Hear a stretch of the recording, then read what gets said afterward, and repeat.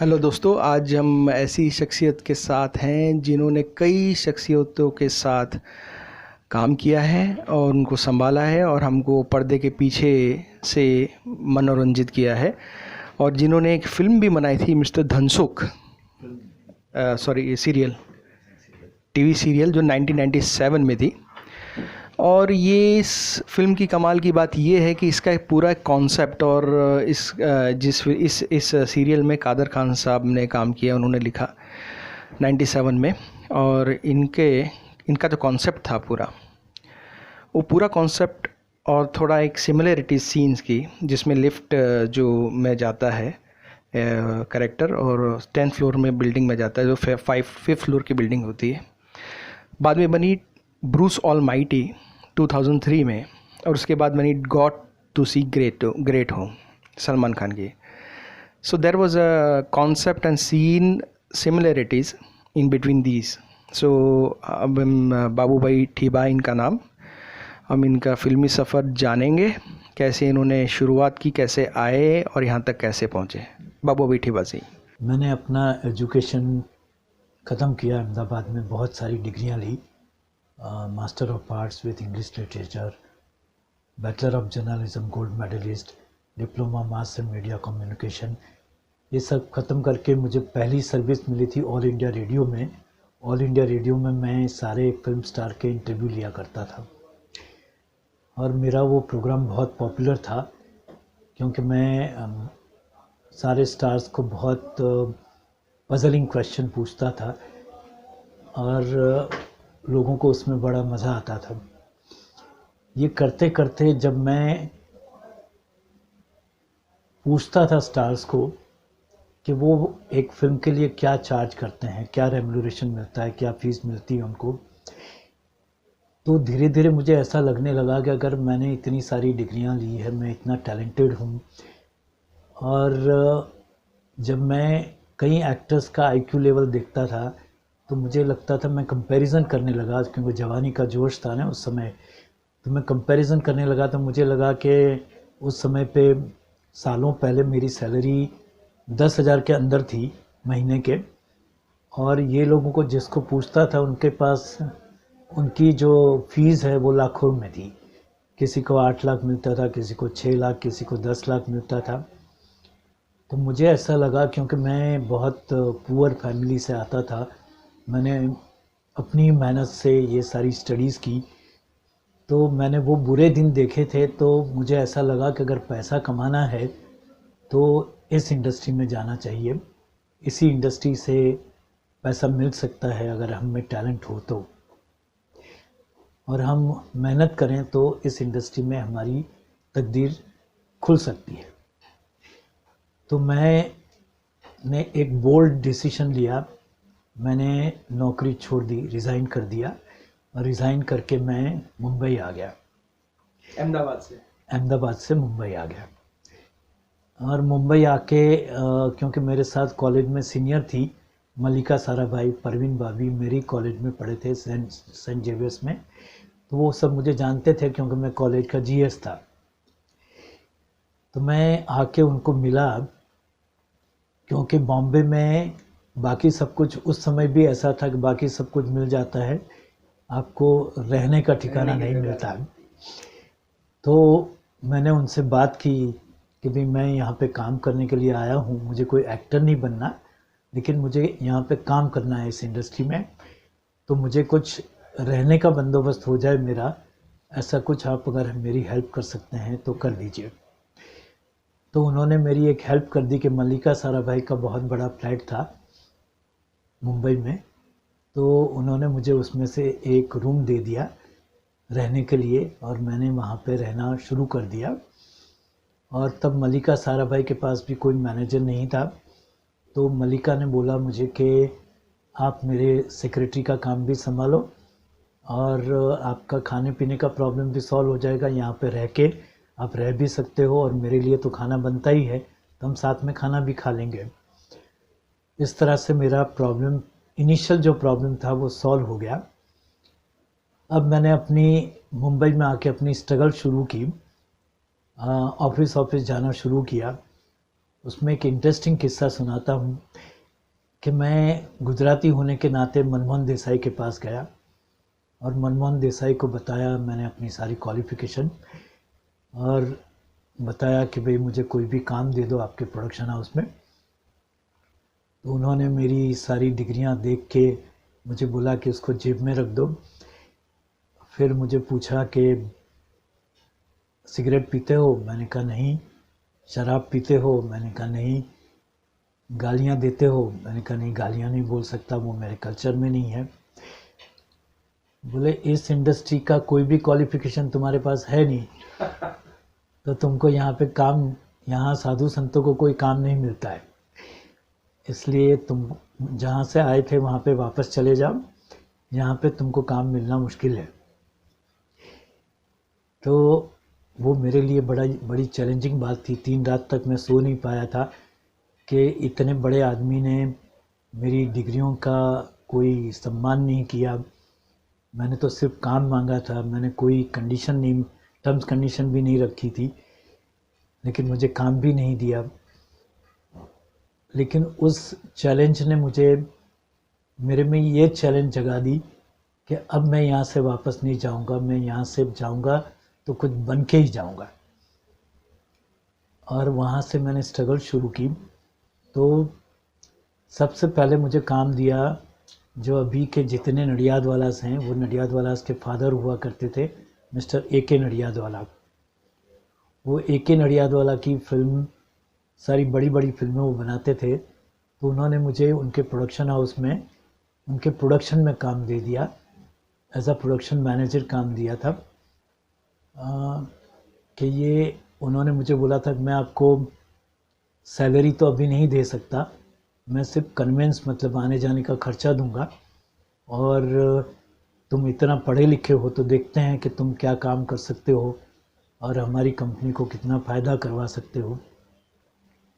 अब मैंने क्या है कि उस दौरान हॉलीवुड के प्रोडक्शन को पूरा स्टडीज़ किया हुआ था, और मुझे ये लगा था कि अपने यहाँ जिस तरह से प्रोडक्शन होता है फिल्मों का, वो टोटली डिसऑर्गेनाइज्ड है, और वहाँ पे टोटली ऑर्गेनाइज्ड है हॉलीवुड में। तो वो चार्ट मैंने बनाए हुए थे, तो उस चार्ट के हिसाब से मैंने उनके लिए चार्ट बनाए, सारे प्रोडक्शन के चार्ट बनाए, और उस हिसाब से मैंने पूरा प्रोडक्शन हैंडल किया।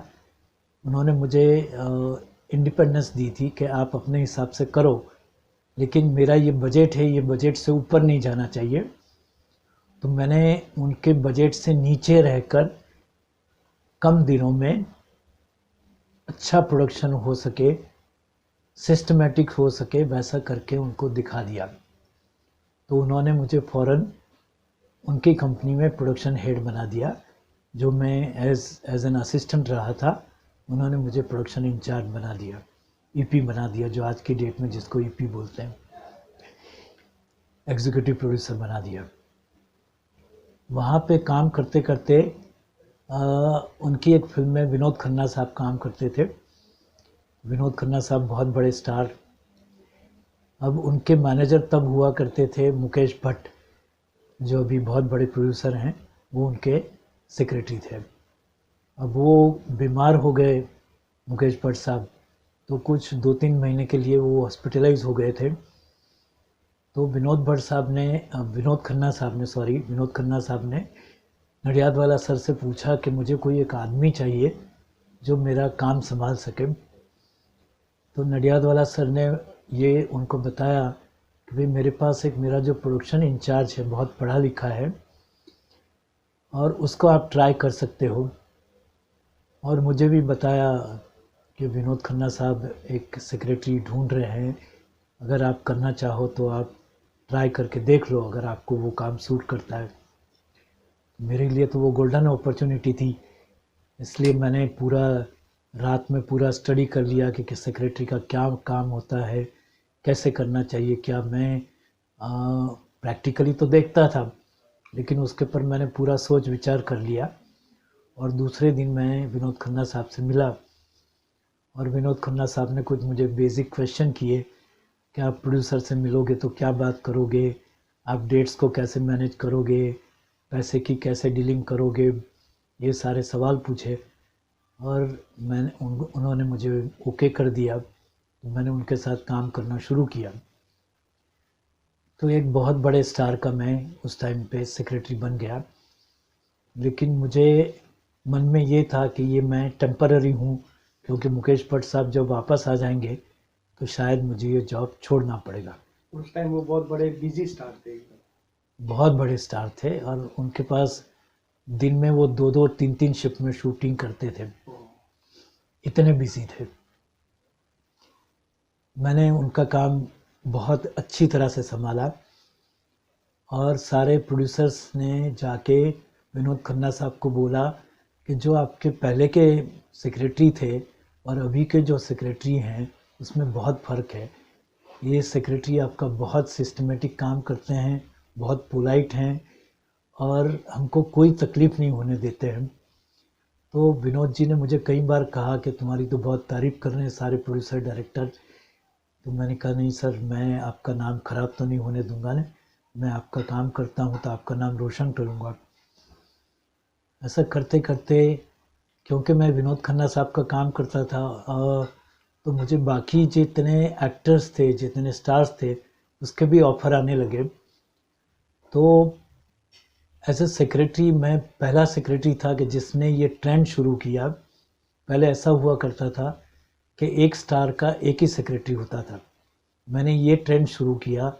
मैं एक सेक्रेटरी और मेरे पास 4-4 5-5 स्टार, एक हीरो, एक हीरोइन, एक कैरेक्टर एक्टर, एक कॉमेडियन, एक विलन, ऐसे मेरे पास लाइन लग गई। एज एक और सेलिब्रिटी मैनेजर जो का हाँ, कास्टिंग कंपनी के साथ में। मैं इस तरह से एक उस समय में देखो तो एक बहुत बड़ा सेलिब्रिटी मैनेजर बन गया कि जिसके पास इतने बड़े स्टार्स थे। मैं पहला सेक्रेटरी था कि जिसके पास कार थी। मैं पहला सेक्रेटरी था कि जिसने ऑफिस लिया था, जिसका ऑफिस था। ये सब करते करते मेरा सेलिब्रिटी मैनेजमेंट का काम बहुत ज़ोरों में अच्छी तरह से चलने लगा। अब साथ में मेरा क्या है कि सब करते करते मुझे, क्योंकि मैं गुजरात से आया था, तो और मेरा जितनी भी डिग्रीज़ थी वो सारी क्रिएटिव फील्ड की थी, इसलिए क्रिएटिव कीड़ा भी था कि कुछ क्रिएटिव फील्ड में भी करना चाहिए। इसलिए मैंने फिर पहले 3 गुजराती फिल्में बनाई, पारकी थापण, पंखीनो माड़ो, पूजा ना फूल। तीनों फिल्में सुपर डुपर हिट हो गई। पहली फिल्म जो थी पारकी थापण, उसका तो लता मंगेशकर का गाना है, वो आज भी किसी भी गुजराती फैमिली में जब विदाई होती है तो दिकरी तो पारकी थापण कहवाई, ये गाना अभी भी आज भी बजता है। और वो पारकी थापण फिल्म को गुजरात गवर्नमेंट के 9 अवार्ड्स मिले थे, जिसकी कहानी मैंने लिखी थी, तो बेस्ट स्टोरी राइटर का अवार्ड भी मुझे मिला था, बेस्ट प्रोड्यूसर का अवार्ड भी मुझे मिला था और मेरी फिल्म को 9 अवार्ड्स मिले थे। इसी तरह मेरी बाकी की 2 फिल्में थी, टोटल जो तीनों गुजराती फिल्में अवार्ड भी लेके आई और रिवॉर्ड भी लेके आई, तीनों फिल्में चली थी। उसके बाद मैंने 2 हिंदी फिल्में बनाई, एक दिलवाले कभी ना हारे और दूसरी दिल दीवाना माने ना। ये दोनों हिंदी फिल्में, पहली हिंदी फिल्म थी, उसने मुझे बहुत कुछ कमा के तो नहीं दिया, लेकिन नाम कमा के दिया।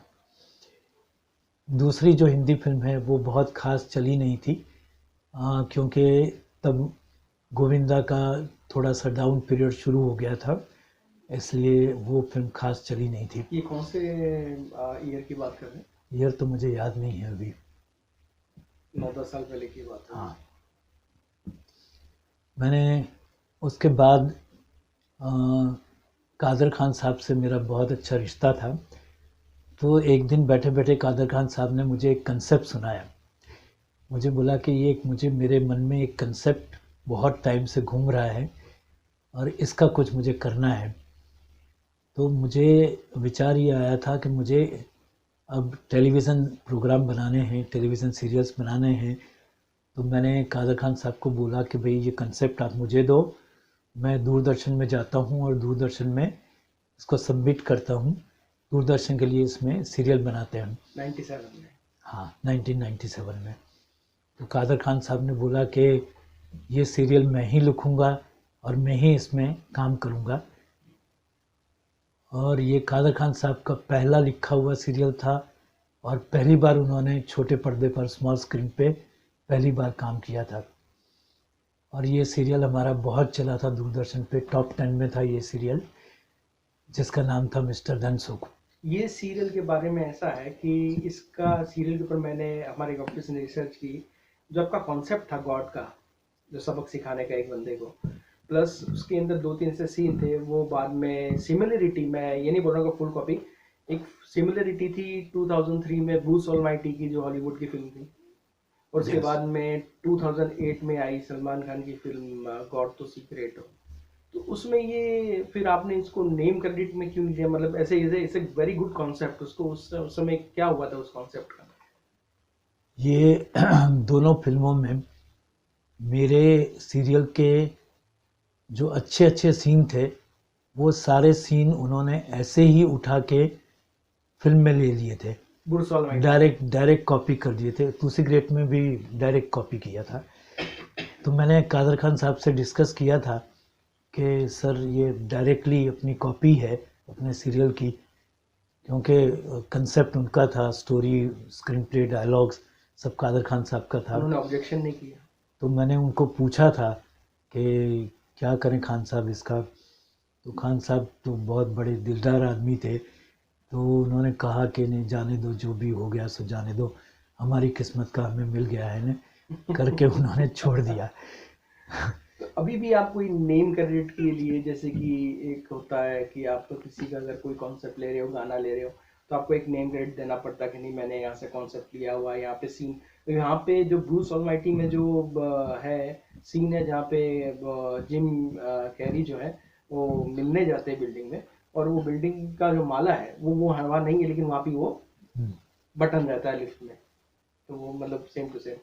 करेक्ट, वो सेम टू सेम सीन था जो हमारी सीरियल में वही था जी। इसलिए ये सारी और उसका चीज़ें जो गॉड कॉन्सेप्ट था कि सबक सिखाना वो भी है, हमारी वो- सीरियल में का था। जो मेन कंसेप्ट था दोनों फिल्मों में, मेन कंसेप्ट जो बेसिक लाइन जिसको बोलते हैं, कंसेप्ट जिसको कहते हैं, वो कंसेप्ट डायरेक्टली उठाया गया था। लेकिन कादर खान साहब ने कुछ कुछ नहीं बोला। उसमें ऑब्जेक्शन नहीं लिया, इसलिए फिर मैंने भी कुछ बोला नहीं कि जिनका राइट बनता है वो अगर ऑब्जेक्शन लेने के लिए तैयार नहीं है तो फिर ठीक है, उनका बड़ा दिल है तो जाने दो अभी उसको। इसलिए हमने कुछ हमारा हक मांगा नहीं। अब सर आप क्या कर रहे हैं और क्या कौन सा प्रोजेक्ट्स पे काम कर रहे हैं? अभी भी मेरा सेलिब्रिटी मैनेजमेंट का काम चालू है। अभी भी मेरे पास बहुत सारे एक्टर्स हैं जिनका काम हम लोग संभालते हैं। उसके अलावा हम अभी प्रोजेक्ट डिज़ाइनिंग करते हैं, मतलब जो पूरे प्रोजेक्ट सेटअप खड़े करते हैं फिल्मों के, टेलीविज़न प्रोग्राम के, डिजिटल प्रोग्राम के। फिल्मों में फाइनेंस करवाते हैं, फिल्मों की मार्केटिंग करते हैं, फिल्मों का डिस्ट्रीब्यूशन करवाते हैं, इवेंट्स करते हैं। फिर जो सारे इवेंट्स के लिए सेलिब्रिटी मैनेजमेंट होता है, सेलिब्रिटी प्रोवाइड करना, पूरी इंडस्ट्री में से किसी को कोई भी एक्टर चाहिए, म्यूज़िक सेलिब्रिटी चाहिए, कुछ भी चाहिए तो वो हम प्रोवाइड करते हैं, वो काम हमारा है।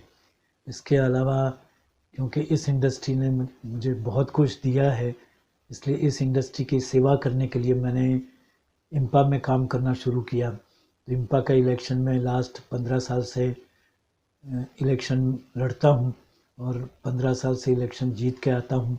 अभी मैं इम्पा का ट्रेजरर हूँ। तो इस तरह से सारे प्रोड्यूसर्स की हम इम्पा के थ्रू सेवा करते हैं। इसी तरह से दादा साहब फाल्के फिल्म फाउंडेशन है, उसका मैं सीनियर वाइस प्रेसिडेंट हूँ। तो Dada Saheb Phalke film foundation awards हम हर साल 16 साल से करते हैं। इंडस्ट्री की सेवा के लिए मैं लास्ट 16 साल से शो वर्ल्ड डायरेक्टरी निकालता हूँ, जिसमें पूरे इंडस्ट्री का बायोडेटा होता है, पूरे इंडस्ट्री के सारे नेम, एड्रेसेस, फ़ोन नंबर्स होते हैं। ये भी बिल्कुल ही सस्ते दाम में हम लोगों को देते हैं ताकि इंडस्ट्री की सेवा हो सके।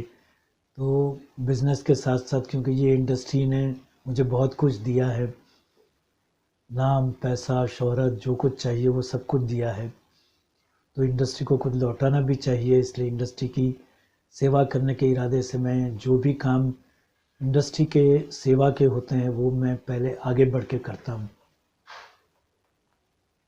आपके आपके फैमिली मेंबर में कोई फिल्म है? मेरा एक बेटा है और एक बेटी है। मेरे बेटे को फिल्म इंडस्ट्री में इंटरेस्ट नहीं है, तो उसने एमबीए किया। और मेरी जो डॉटर है मोना थीबा, वो गुजराती सिनेमा की नंबर 1 हीरोइन है। अभी उसने शादी की है वहाँ के सुपरस्टार हितू कनोडिया के साथ, जो आज एमएलए भी हैं और गुजराती सिनेमा के सुपरस्टार भी हैं। और मेरी डॉटर मोना थीबा भी गुजराती सिनेमा की सुपरस्टार है। बहुत बढ़िया। और अभी कोई ऐसा प्रोजेक्ट हो, जैसे कि आजकल वेब सीरीज चल रहे हैं या कुछ दूसरे? मेरे पास तो ये मेरा रूटीन है, इसलिए मेरे पास कास्टिंग के लिए फिल्में भी रहती है, टेलीविज़न सीरियल्स भी रहते हैं, वेब सीरीज़ भी रहती है। ये तो मेरा रूटीन काम है, तो मेरा डेली रूटीन है। मेरे पास काफ़ी प्रोजेक्ट्स रहते हैं जिस पर मैं काम करते रहता हूँ। बहुत बहुत धन्यवाद है सर आपका, आपने टाइम दिया है। और आगे भी आप ऐसी उम्मीद रखते हैं कि हम आप कैसे भी पर्दे के पीछे से मनोरंजित करेंगे हमको। बिल्कुल, क्योंकि लोगों को आप बहुत एक अच्छा काम कर रहे हो, इसलिए मैं आपको उसके लिए अभिनंदन करना चाहूँगा कि पर्दे के सामने जो दिखते हैं वो उनको सब लोग जानते हैं। अब जितना उनका पार्टिसिपेशन होता है उससे ज़्यादा पार्टिसिपेशन पर्दे के पीछे वाले लोगों का होता है। उनसे ज़्यादा काम वो करते हैं, उनसे कम पैसा लेके वो अपना खून पसीना बहाते हैं और उनको कोई जानता नहीं है। तो आप पर्दे के पीछे वाले लोगों को आगे लेके आ रहे हो, वो आप एक बहुत बड़ा काम कर रहे हो। पर्दे के पीछे और जितने भी लोग हैं वो सब के सब पर्दे के आगे आएंगे फ्रॉम डीडी एंटरटेनमेंट।